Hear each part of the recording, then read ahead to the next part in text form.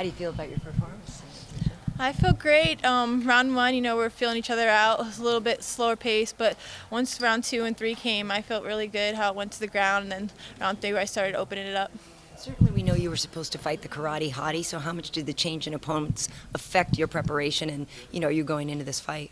Not too much. With the karate hottie, I was getting ready for possibly going to the ground with her submission game being so great. With Jocelyn, I kind of just stuck to more striking the last 3 weeks because I know that that's what she likes to do, box, come straight at you. And I knew that my footwork and movement and I'm faster than her basically would help me in this fight. The height differential didn't throw you off at all? That's a big difference between her and the karate hottie. That was the next big difference, was the height difference. The only time I felt it in the fight was in the first round when she first got me on the cage and her head was, good head position, and I was literally on my tippy toes like, oh my God, I have nothing holding me down. But besides that, everything was fine. Well, the fight with Michelle would have probably been more important for you in terms of rankings. We know, obviously, the other night Rose had a great performance, and rankings mean a lot for the strawweights as an emerging class. So is there any frustration, though, that you didn't get to face Michelle? Of course. I was sad when I got the news. I was really bummed out. But when they said Jocelyn would be the replacement, I was happy about it. She was coming from RFA as a champion. I welcomed her to the UFC, and I think I did it with ease. So it shows the level of talent that's in the UFC. Not saying that Jocelyn's not talented, but I was able to use my game plan and capitalize where I know that I'm best, and I did it. I think I did it with ease. What did you think of Rose's win the other night? Oh, it was fantastic. I thought the fight versus, Paige was awesome, given that I fought both of them before. They both have excelled. I think I have excelled since then as well. It's been 2 years since I fought both of them. I actually thought it was going to be done quicker, but like everybody says, Paige is a tough cookie. But I think that shouldn't overshadow Rose's win, and I think she completely dominated her, and it was a good fight. You got in a couple of really good strikes, and it almost looked like the fight was heading towards its end, before a decision. Like, are you a little, what didn't really click there in getting the finish?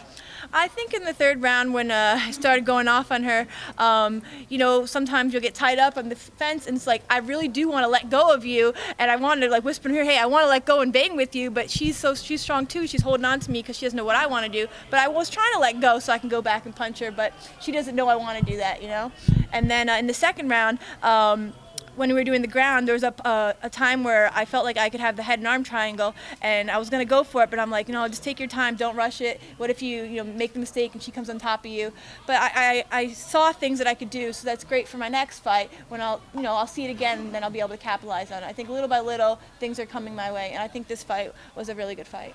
What do you think about the UFC announcing that up next for Joanna MMA would be Claudia Gadelha? I think it's great. I mean, the first fight that they fought, I actually thought Claudia won. So I think it's a good matchup for her again. I hear that she's out for a little while because of her hand again. So I think it's the right thing to do. So you said Rose was your toughest fight, and I asked if you wanted to call out the winner of that fight. Anything you want to say right now? No, I'm not going to call her out. I think Dana and Shelby know what's right and smart matchups. I wouldn't mind, facing her or maybe Karate Hottie when she does get better, because I do think it's a great matchup. I'm in no rush my dream is to be a champion one day, but I'm in no rush. I'm 26, I'm 7-0 now. I want to do it the right way, and I want to gain more experience. I think I did that tonight. In my next fight, I want to do even better and get more experience before, I ever say I want the title fight or something.